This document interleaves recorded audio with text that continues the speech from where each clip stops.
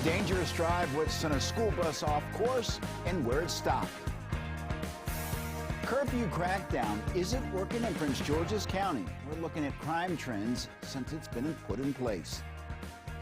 Escalating tension, the move Russia is making in Ukraine, and hear the international response. That was my house.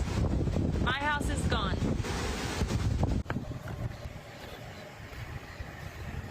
We begin tonight with Ian's aftermath. Homes destroyed, search and rescue efforts ongoing. And as we come on the air, the now tropical storm Ian is on the move. Thank you for joining us for DC News Now at 5. I'm Mark Hall. The scope of the destruction is coming into focus. The damage is widespread and deadly. The storm flooded homes on both of the state's coasts, cut off the only bridge to a barrier island, and destroyed a historic waterfront pier. The danger, experts say, is not over. The amount of water that's been rising and will likely continue to rise today, even as the storm is passing, is basically a 500-year flood event. 2.6 million homes and businesses are without power. And rescue efforts are underway, and they have been for hours. One death confirmed right now, but more feared dead. Thousands of people, some with life-threatening emergencies, flooded 911 centers with panicked calls. Meteorologist Damon Matson joins us now. And Damon, weekend events we are told now are being canceled because of the conditions coming our way.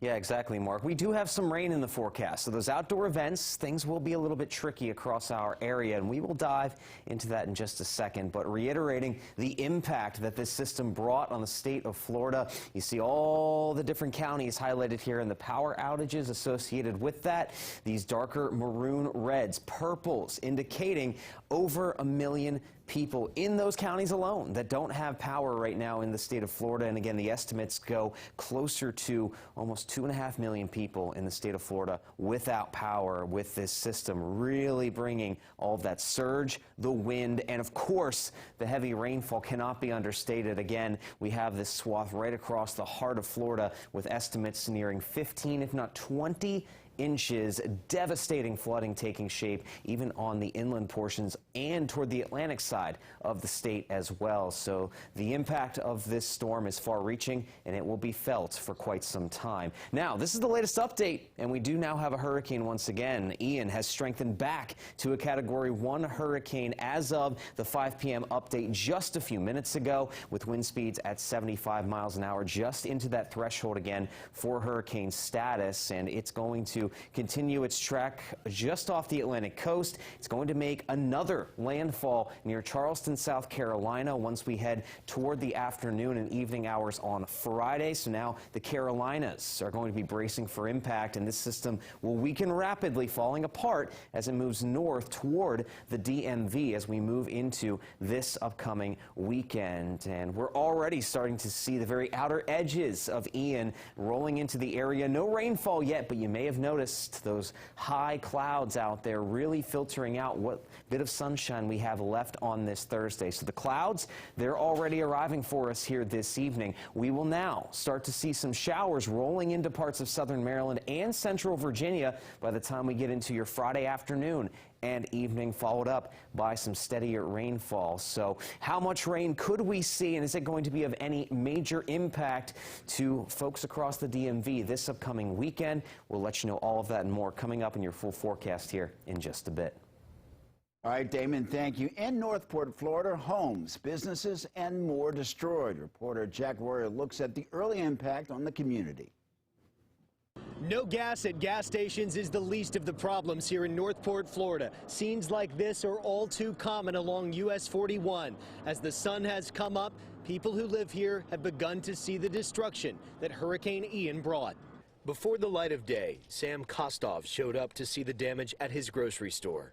We can't get to the store inside because the doors are blocked off right now. Much of the building taken down by fierce winds and pounding rain. The eye wall hovering over Northport for hours, slamming the area until well after dark on Wednesday. It's pretty devastating. Justin Starr waited off of Sumter Road Thursday for his sister and her children to emerge from a water rescue, taken out of their flooded home by boat with help from Good Samaritans. They are 3 feet under with water in the house. It's up to their waist on the road. People are john boating out, kayaking out, just helping out, saving people. People like Debbie Walksler. Is this the first in 20 years? Yes. I've been in Florida like 35 years and never seen this. I've been through 4 hurricanes and never like this. She's ridden out hurricanes before and took her chances with Ian. And then about 10:30, all the water just came rushing in the doors and just kept rising and rising. And you're just, what do I do next? Did you get any sleep? Very little. A lack of fuel, power, and rest for neighbors here, but no shortage of optimism. For all the devastation that's happened, yeah, I would say so. Everybody's helping out and, sticking together and coming through together. On top of scenes like this, power remains out across much of this area, including for the police department, but they say they have extra resources from the sheriff's office and the Florida Department of Law Enforcement. In Northport, Jack Royer, now back to you.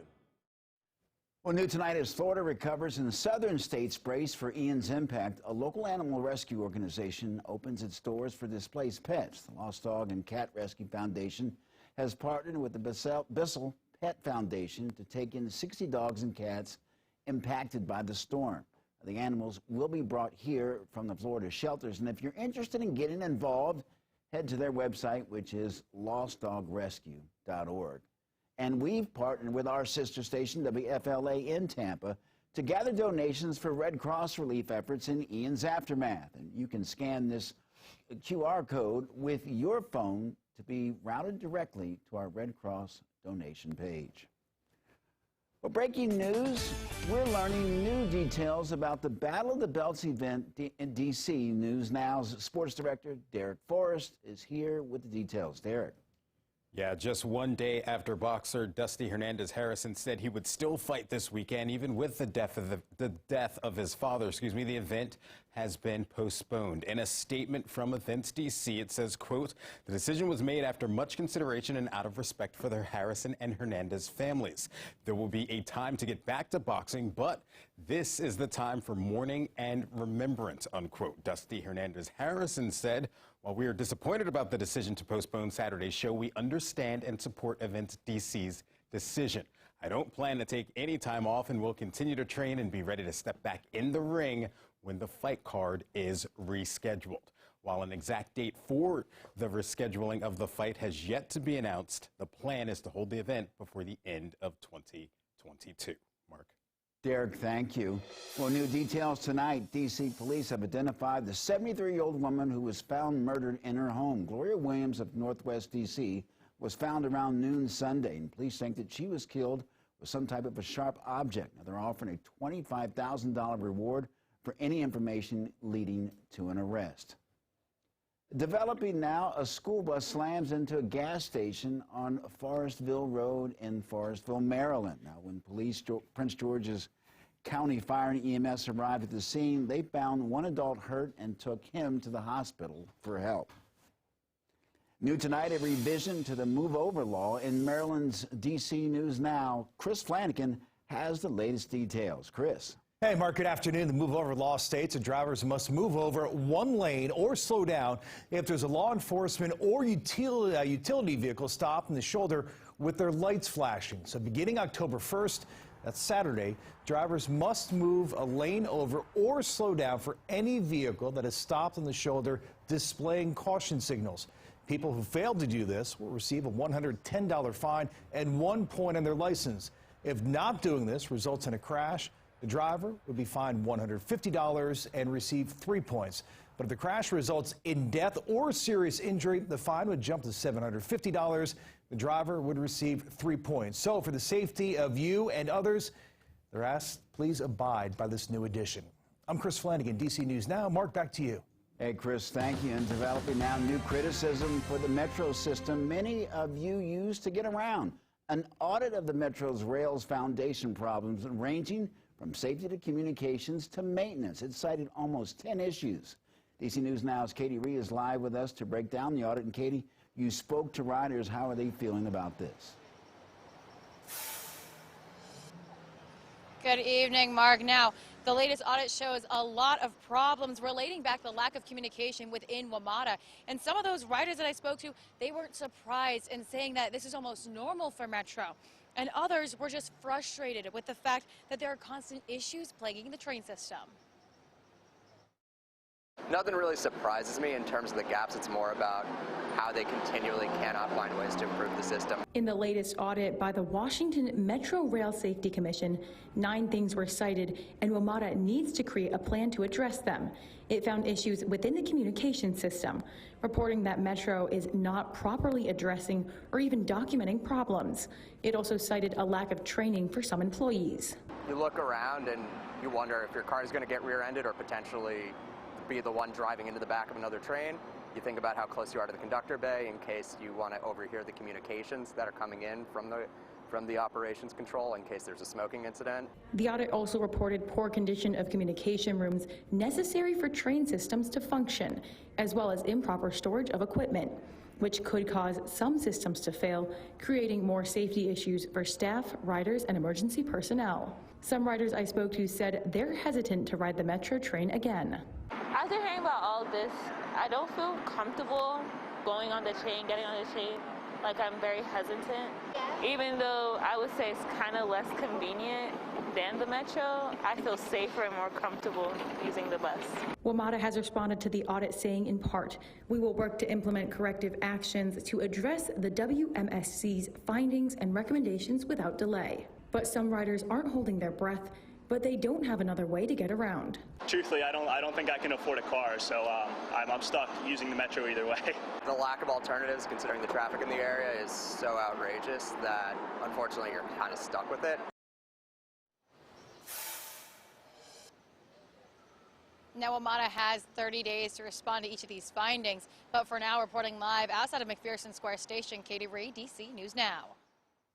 Katie Reed, thank you. Well, Prince George's County officials have released stats that show a drop in crime following a curfew to curb violence. But some residents are not supporting this effort.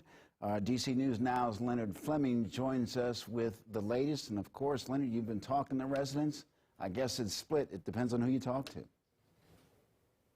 Many people I spoke to on and off camera are incredulous that violent crime has dropped 42% outside of the curfew hours and 64% during it. While they hope the trend continues, many here still don't feel safe. Crime this summer has terrorized Prince George's County. August was the deadliest month in county history. Prince Ham is the executive director and CEO of MAD, Making a Difference, a non-profit charitable organization that tries to help youth. As you can see with the numbers, they say the numbers has dropped since the curfew has been in place, right? But we all know a lot of the numbers probably has changed because the kids are been in school, right? So we're never going to disrespect the numbers, but at the same time, we know that crime is still prevalent. That's going on inside our communities. Just might be happening during the curfew hours, just happening a little bit more earlier. And a lot of people are still not feeling safe because the crimes are still happening. There was a crime that just happened Sunday at 12 o'clock in the evening when a young man was shot in his head. And the police was literally a block away, which was called to the scene for another young man walking around with a gun. So people are still making crimes inside the daytime. These crimes are still going on before the curfew. And we gotta understand it's about to get dark earlier, so it's still gonna be more crimes that's gonna be more prevalent. We gotta understand that Halloween is coming. We're going to be wearing more masks going forward. We already know they're wearing masks all summer, so you know, as far as it getting darker, what's going to happen? Wearing more masks and trying to do more things more earlier. Most people who wouldn't go on camera laughed at the prospect that crime has dipped. L.D. Coley, who owns a barbershop here, applauds the effort. Totally convinced that everything is said is true. But we do know for sure that what is in place to try to help the situation that's at hand. And we certainly hope, as citizens in the community, we hope that all of those kinds of things will benefit us all. And we're not looking for perfection, but we are looking for some change, perhaps some notice of change a little bit. You know, we don't see as many of the young folk out in the street at night. This is a great thing. And the county executive. She's trying to do a marvelous thing, and we want to give her credit for what she's trying to do. Others are still skeptical. Right now, as y'all know, it's about to get cold, and that's when, like around here, what they say, it get crunchy. That means people get scarce. That's when all the robberies and all that stuff starts to really happen. County police officials declined to comment on the crime numbers or how long the curfew for those 16 and younger will go on. Meanwhile, residents are bracing for more mayhem. For DC News Now, I'm Leonard N. Fleming. Leonard, thank you. And happening now, one person is dead after a fire in Anne Arundel County. Earlier today, a fire engulfed the Patuxent mobile home in Lothian, Maryland. The fire has been extinguished, and investigators are on scene trying to determine the cause. Well, here's a live look at Congress, who today took a step in the right direction to avoid a government shutdown. The Senate passed a short-term spending bill that would finance federal agencies into mid-December. The bill allows for lawmakers to buy more time to agree on a larger government funding package after the midterm election. It also includes another round of military and economic aid to Ukraine as they are still at war with Russia. Lower-income homes also received help in this bill so that they could afford heat in their homes this winter. The bill now travels to the House for consideration. Well, Russia plans to absorb 4 Ukrainian territories starting tomorrow in an effort to the UN calls a dangerous escalation. And today, a bipartisan group of senators announced new efforts in Congress to push back. DC News Now's Washington correspondent Jesse Tenor has more. It is a land grab. It's a steal. Washington is watching as Russian President Vladimir Putin moves to absorb 4 Ukrainian territories. Putin has no friends on this issue. The widely condemned annexation effort follows apparent sham referendums in the regions, where some Ukrainians were reportedly forced to vote at gunpoint. After all the rape, murder, and mayhem, the world is not going to accept this annexation. To make sure of that, Senators Lindsey Graham and Richard Blumenthal introduced bipartisan legislation Thursday to immediately cut off U.S. military and economic support to any country that recognizes Russia's action. The annexations are acts of terror. These senators and the Biden administration agree the annexations are illegal, but the White House is still reluctant to go further and designate Russia a state sponsor of terrorism. The administration could do it right now, but it hasn't. If the White House doesn't act, Blumenthal and Graham also have legislation ready to take that step. The actions of Putin fit clearly under the definition of state-sponsored terrorism. Graham says these legislative efforts, along with more economic and military aid and assistance with prosecuting war crimes, will help cement Ukraine's victory. 2023 can be a very good year for freedom. And maybe 2023 will be a year when Putin no longer is in office. In Washington, I'm Jesse Tenor. Breaking now, a down day on Wall Street. All 3 indexes closing in negative territory. The Dow plunged 458 points. The S&P fared better, closing down 75. And the NASDAQ also ending the day in the red, falling 314 points. The U.S. stock market has lost more than 20% of its value this year.